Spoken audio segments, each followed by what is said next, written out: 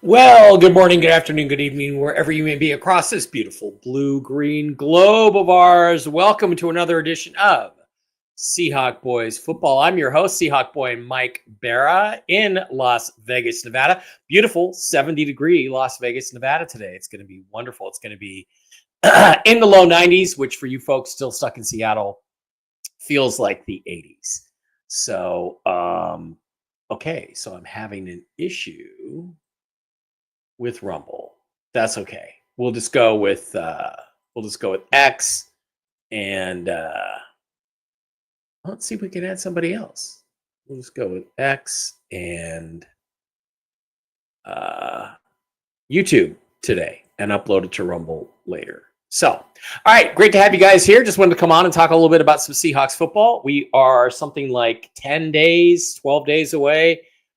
Well, 8 days away, I guess, 7 days, Friday, 6 days away from the start of the NFL season, which is, again, starting ridiculously late in the year. Why it doesn't start on Labor Day, I have no freaking idea. But let's talk some Seahawks football. I wanted to get in here, talk about some of the news that's going on around, what is that? Yeah, I got it. News is going on around the league, Seahawks news, that kind of thing, and just give you a little preview of what I think the record's going to be this year. It's been an interesting off season. Probably one of the better off seasons we've had in the last 10 years. For the first time, I think, in my life, I've agreed with pretty much everything that that John Schneider did.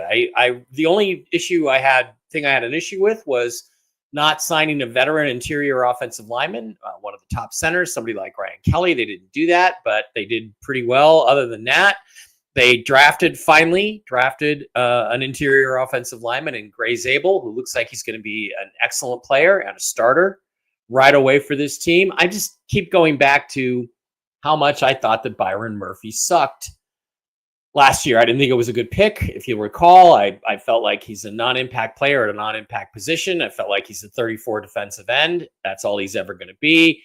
They switched him over to nose tackle because he was so ineffective at 3-tech and a 43, and he was just ineffective, period. So let's hope he can make a quantum leap and move forward and actually be a contributing player this year, because last year he had 12 freaking tackles and 1.5 sacks, and I think they're being generous with crediting him with 1.5 sacks. So, I keep hearing stuff from all kinds of Seahawks fans to the effect of, he's going to be such a great player, and you better watch out for Byron Murphy. He's a stiff.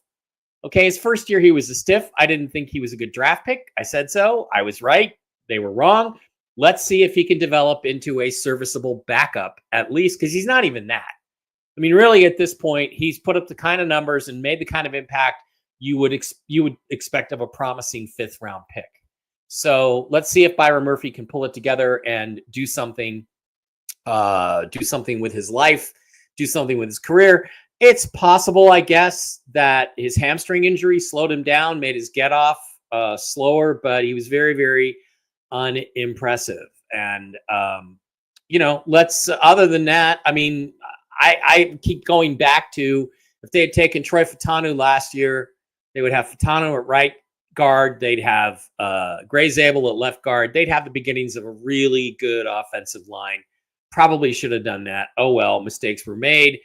And, of course, Christian Haynes is starting the season on IR. So he's just, again, it doesn't look like a great draft last year, but this year's draft, I thought it was much better. I agreed with it much more. I would not have traded up for Nick Emanuori. Maybe he'll prove me wrong. I hope so.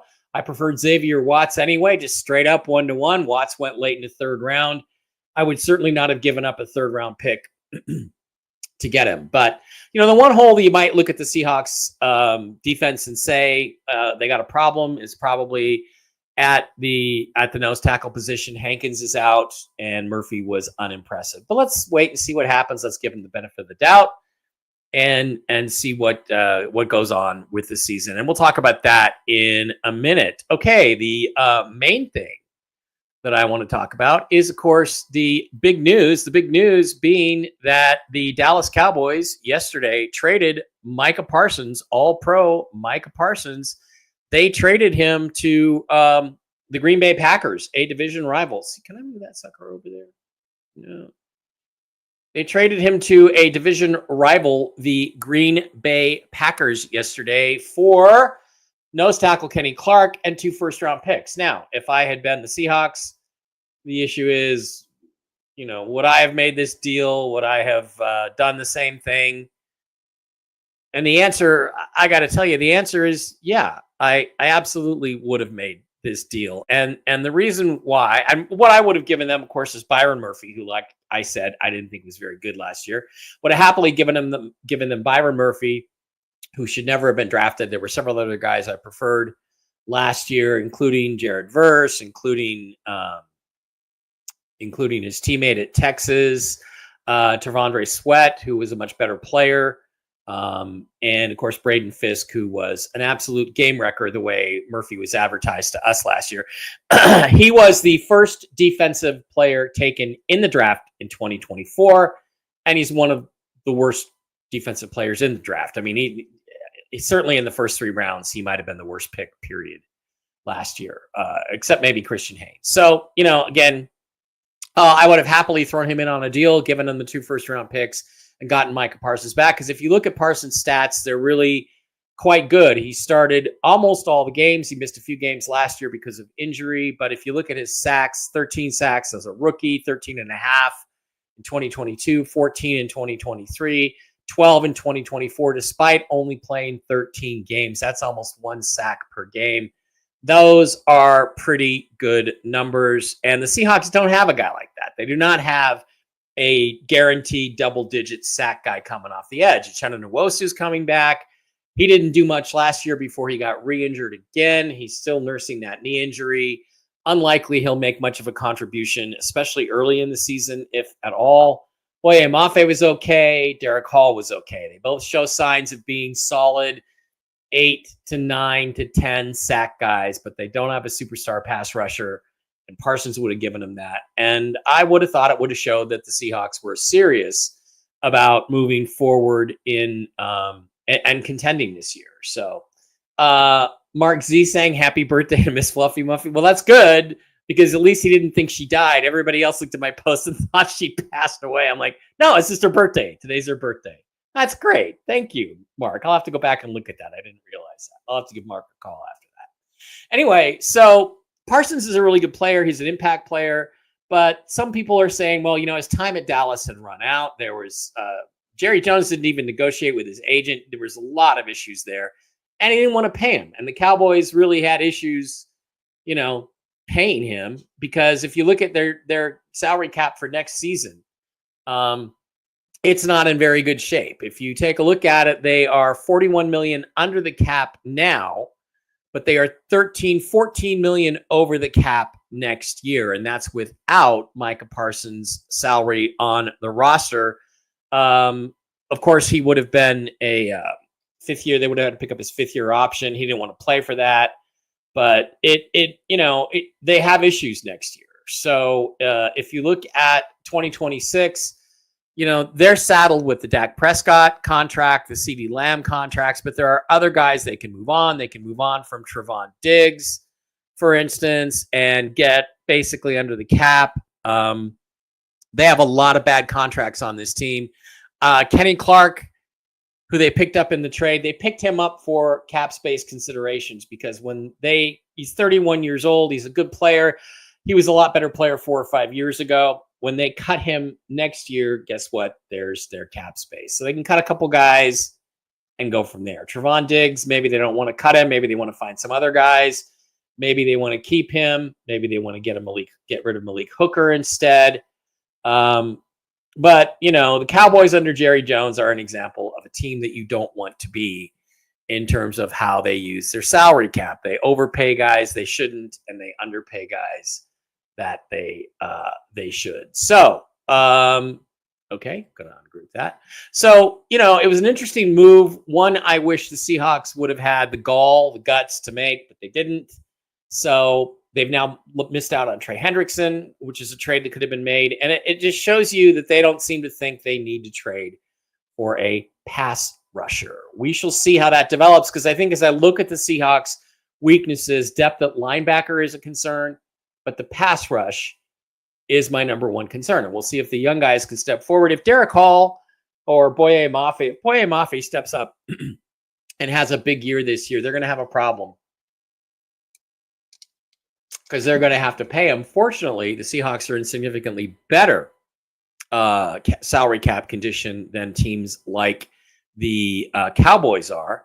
Because if you flip over to the Seahawks side of the ledger, anytime now, they are $66 million under the cap for next year. So there is space there to pay some guys, and they have no one who will generate any significant dead cap money except Byron Murphy, who I wish they would have just sucked up the dead cap and moved on from him, but they're going to give him another chance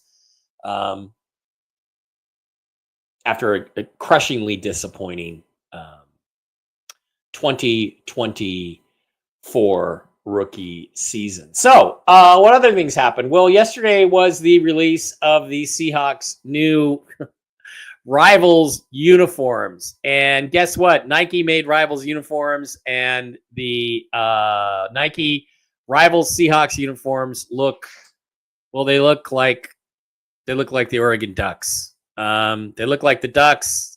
They have a new interesting color on the helmet. I do kind of like the helmet color. I like this as an alternative uniform. Let's take a look. There's Sam Darnold in the new uniform, which looks exactly like an Oregon Ducks uniform. A lot of people hate these. I know Softy Mahler's already complaining that they should just walk these back. I don't entirely disagree with them, but I will say this about these unis. They look 10 times better than the wolf gray or the dress whites. They look way better than those uniforms, although they don't look good. And they don't feel very Seahawky to me. They look more Oregon Ducky than they do Seahawky, and I agree with him. Fuck the Oregon Ducks. These are our Seahawks.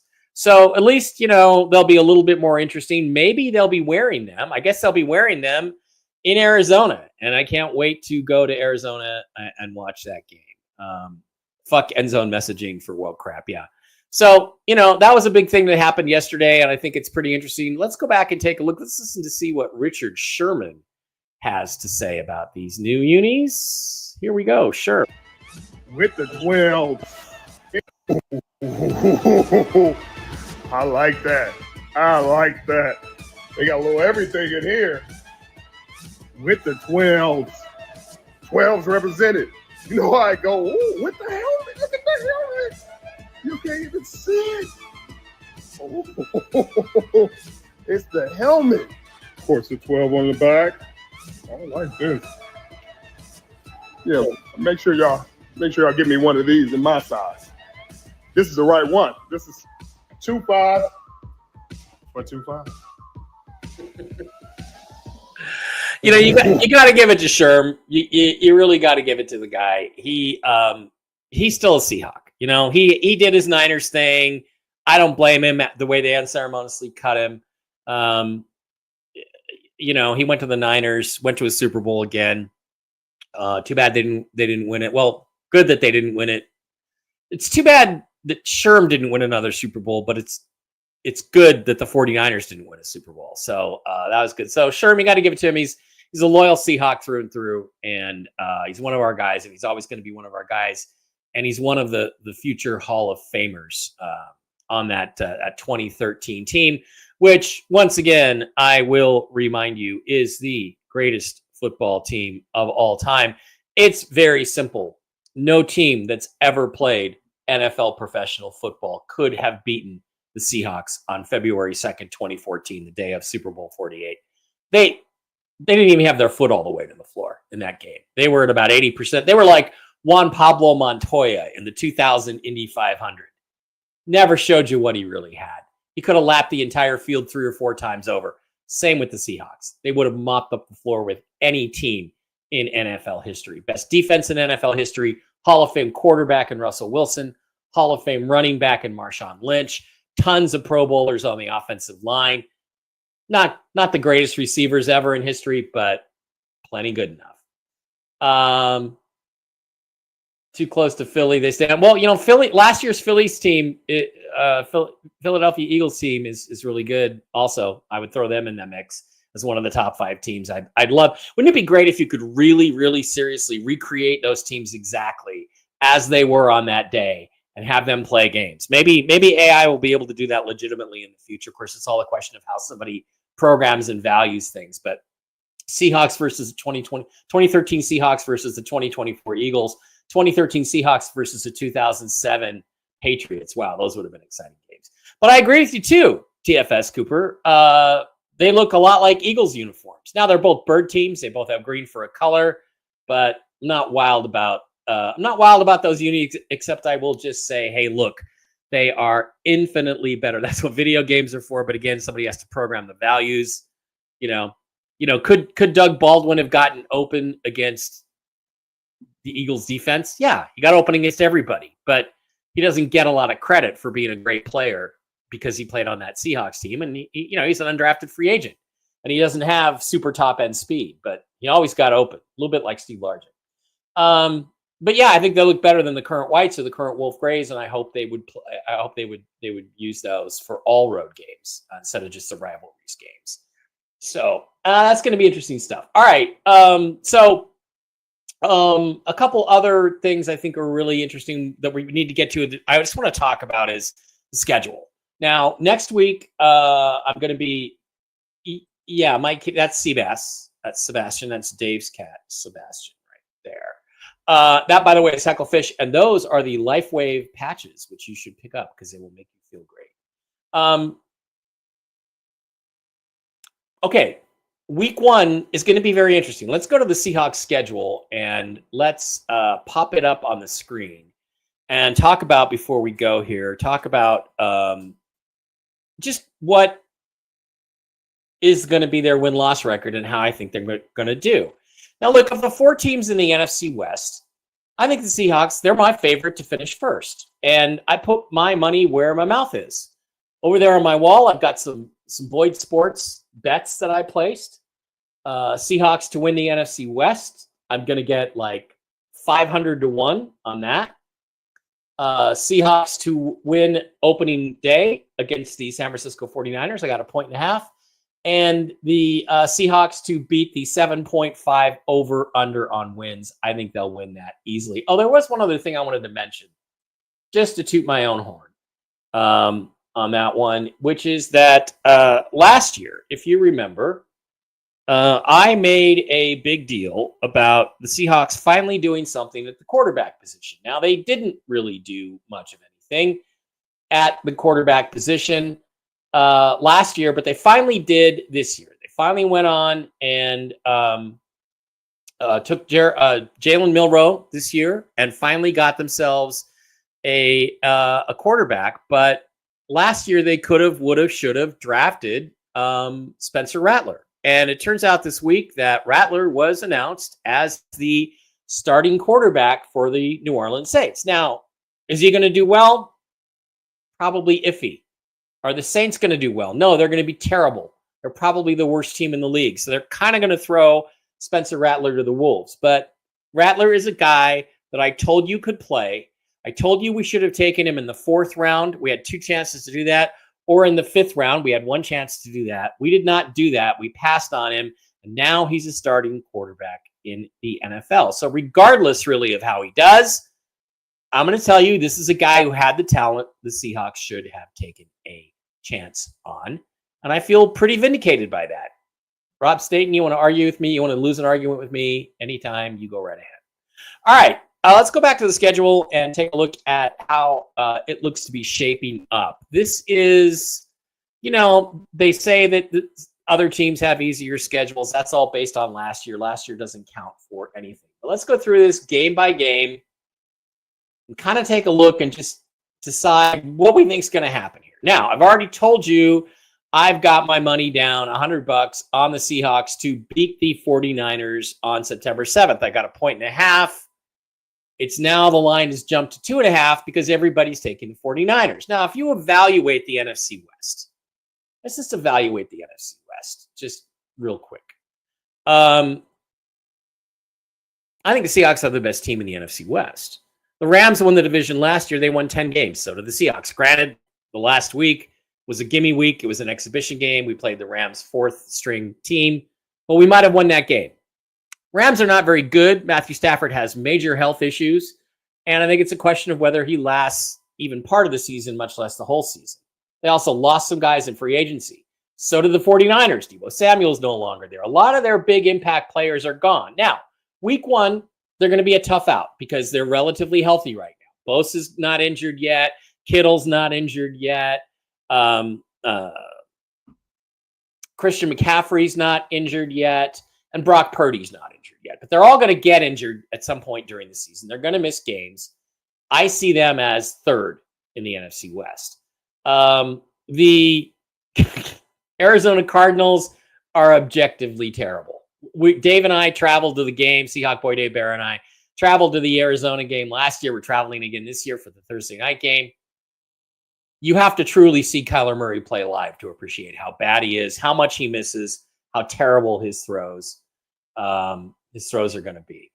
J-Dub, yeah, you're welcome. DK is a hell of a good player when he wants to be. Problem is he doesn't want to be every week. And he'll make a lot of mistakes too.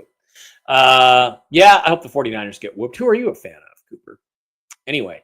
And if you look, the Seahawks do not have a lot of great players, but they have a lot of really, really good players. They have some players on the brink of being great.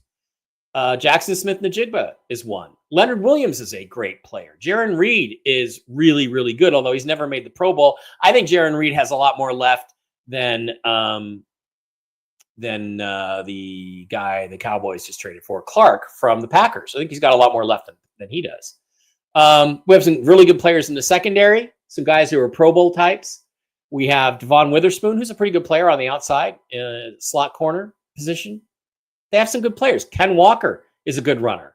We're going to have a really good running game. And Sam Darnold is a major upgrade from Geno Smith. Major. 35 touchdowns, 14 interceptions. Everybody likes to get on him. Oh, he didn't play well in the big games. Neither does Geno, number one. Number two, the Vikings last year had major injuries on the offense. I think they were down 3 starting offensive linemen those last couple of games in the playoff game. So when you want to talk about Sam Darnold dropping off, just look at who was blocking for him. If the Seahawks stay healthy, their offensive line is significantly better than it was last year, where they had 10 wins. So I think this is a 10-11 win team. We're going to go through it bit by bit, but I think this is a 10 or 11 win team. And I think that they're going to win the division. So the way I see it is Seahawks number 1, Rams number 2, 49ers number 3, and Cardinals dead last again because they just suck. All right, let's go through this list. Oh, by the way, also in week 1, just for betting, we're going to talk about this. I'm going to do the regular football show with Brian Engelman and Jim Mitchell, my 2 friends. We're going to do our show on Tuesday at 6 Eastern. That's 3 Pacific, 6 Eastern, 3 Pacific for the football show. And we're going to preview the NFL season, preview the Seahawks, preview all the other teams. Brian's a big Cleveland Browns fan, so we're going to be doing that show again every Tuesday starting next Tuesday. But Jim pointed out to me that the Broncos are playing the Titans opening week. And as a betting tip, just for you guys, there hasn't been a number 1 overall pick quarterback who's won on opening day, I think, in 17 years. It's some crazy stat like that. So I am going to go and do another parlay because even though I've already bet the Seahawks week 1 and getting a 1.5, the line is now 2.5. So I'm going to I'm going to do a parlay. I'm going to bet the Seahawks, take the 2.5, and I'm going to bet the Broncos on the money line because they're giving away something extraordinary. 7, 8, 9 points, some crazy number like that. So I'm going to do a parlay. I'm going to take the Seahawks and the points, and I'm going to take the money line on the Broncos, and I'm going to collect in week 1. I'm just going to tell you that. I'm going to collect. All right, let's go to the Seahawks schedule and take a look at what we think their record's going to be and then get out of here for this little quick season preview. Week 1, Seahawks at 49ers. 49ers are probably going to be the healthiest they're going to be all year, but they have they've lost talent. They haven't replaced it with better players. I think they are overrated significantly, the quality of their roster. I think the Seahawks are going to be able to run against their young offensive line, and if the Seahawks can run and eat up clock, I think they're going to get a lead. I think they're going to keep the lead. I think they're going to be very comfortable. I think their defense is going to smother the 49ers, and I think they're going to win this game probably 27-20, 24-20, something like that. It'll be a relatively close game, but the Seahawks win.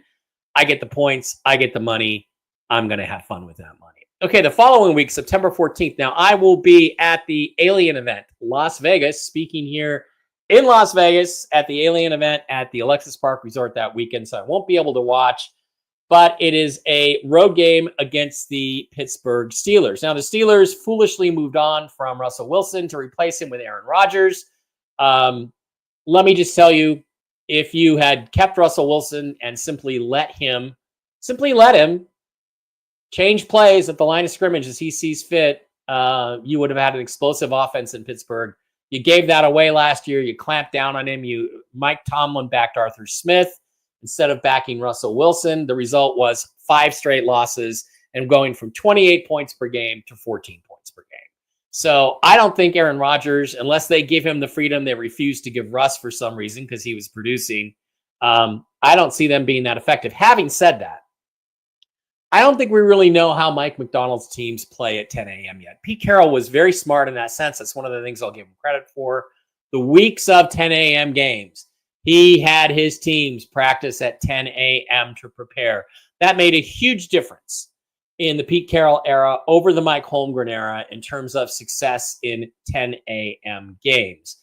But it's the Steelers at home, Aaron Rodgers. I think this is their home opener. DK Metcalf revenge game. I think this is a tough ask. I'm going to say the Steelers are going to win that game. I have no idea what the score is going to be. As I said, September 21st, the Saints are one of the worst teams in the league. The Seahawks will boat race them at home. But I hope, for my own bragging rights, that Spencer Rattler has a spectacular game, that it's a 38-35 shootout or something like that. But I see the Seahawks winning that game going to 2-1. Then the game I'm going to, one of the games I'm going to, the Cardinals on the road Thursday, 4 days later, an away game in Arizona. Let me just tell you, having visited Arizona, it'll probably be different early in the season. They won't have given up on the Cardinals yet. But the only player on the Cardinals roster I would want is Trey McBride, the tight end. That's the only guy I'd want. They don't have anybody on their roster I want. The Seahawks have a much better team, and unless they have a lot of injuries, I see them going in there, winning their first road game, and beating the Cardinals rather handily on Thursday night. They had Kyler Murray very confused last year. After the first drive, after they figured out what it was that the Cardinals were trying to get Murray to do, they took it away. They dominated the game, and they beat them, even with Geno Smith at quarterback. I don't think this is a very close game. I think the Seahawks probably win it like 35-20. They go to 3-1. Now, home against Tampa Bay. I want to say the Seahawks are as good as Tampa Bay. I think they are roster-wise. I have issues with this game. I think this is a game, even though this is a toss-em game. Okay, it's 50-50. But I'm going to say the Seahawks are going to squeak it out against the Tampa Bay Buccaneers and Baker Mayfield just barely, because they have that mini bye, the 10 days to prepare. I think they'll be able to handle the Buccaneers, but don't be surprised if the Buccaneers come in and beat the Seahawks. However, I'm going to say they win. They go to 4-1. The next game is a gimme. It's the Jaguars. They're terrible. It's on the road. It's 10 a.m., but it's the Jaguars. So I expect the Seahawks to go ahead and win that one and go to 5-1 and take a fairly commanding lead in the NFC West. Now, the next game, October 20th at home against C.J. Stroud, the man who should have been the Seahawks quarterback, C.J. Stroud, future Super Bowl winning quarterback, C.J. Stroud, and the Houston Texans. This, like the Tampa game, is a toss-up. I think if they lose to Tampa, they will really be sharp and rocked and ready to beat Houston. I'm not wild about Houston's receivers, but C.J. Stroud is C.J. Stroud. C.J. Stroud is one of the top 5 quarterbacks in this league. I desperately wish we'd had him. We wouldn't have Byron Murphy, Devon Witherspoon, or Jackson Smith-Njigba if I'd been the GM, but we'd have C.J. Stroud, and we'd be much closer to contending for a Super Bowl. That's a tough game. I could see Houston winning it. I'm going to give them a win. I'm going to say between the Tampa game and the Houston game at home, we're going to lose one of them. I'm going to say we lost that one. We go to 5-2. Then comes the bye week. After that, an away game. It's a night game, November 2nd. I think that's Sunday Night Football against the Washington Redskins and Jaden Daniels. Jaden Daniels is the best rookie quarterback I have seen since Russell Wilson, and he actually outperformed Russ But of course, he had a coach who was willing to let him do Jaden Daniels things, and Pete Carroll was not willing to let Russell Wilson really do Russell Wilson things when he was a rookie. But this is a tough game again on the road against the Redskins on a Sunday night. If they can win that game, it'll really mean something significant. But I think they lose that game. It's a tough game. So I now have them 5-3. Okay, following that, the next game, November 9th against the Cardinals at home. That's easy. The Cardinals suck. 6-3. Now, away to the Rams, another game, Seahawk Boy Dave Barrett and I are going to be attending November 16th. I don't think the Rams are very good, but I think at home they might have a chance to beat us. I'm going to go to the game anyway, but I'm going to call this a loss and say the Seahawks are going to go to 6-4 with a loss to the Rams. Excuse me. Then they come back home against the Tennessee Titans, or sorry, they have another road game against the Tennessee Titans. It is a 10 a.m. game. Tennessee is terrible. That's a win. They go to 7-4. Then they're home to the Minnesota Vikings. Everybody's talking about the Minnesota Vikings as if they are some sort of Super Bowl contenders.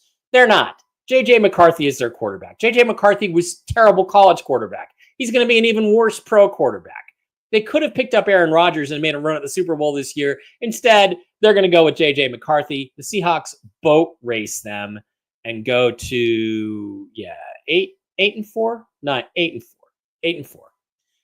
Away to the Falcons. Michael Penix is dangerous. 8-5. Home to the Colts. Colts are terrible. That's a win. 9-5. Home against the Rams. That's a win. 10-5. Away to Carolina. Carolina is going to be better. They're not going to be that good. We're going to win 11-5. And then finally, week 18, away against the 49ers. I think the 49ers season will be over by that point. I don't think we're going to need it to win the division. Let's call it a loss. Let's say 11-6. I think this is an 11-6 football team. I think they win the NFC West with that record, and I think they even win a playoff game and get to the divisional round this year. I do think they make the improvements. I think that's kind of the way I see this season going. And of course, we'll make modifications as the season develops and we see how injuries develop. But barring major injuries to key players, I think this is a 10-11 win football team easily. I think 11 wins this division. And that last game against the 49ers might not even matter. And if we're smart, we'll take a page from the Rams playbook and just play our backups. Barbara wants to know if I was a sportscaster. No, but it would have been fun to do that. Would have been fun. All right, guys, that's pretty much what I have. Again, I'd like to invite you back on most of these same Seahawk Boy channels. We will be broadcasting the new football show, the new season, 2025 season with Brian Engelman and Jim Mitchell, my friends.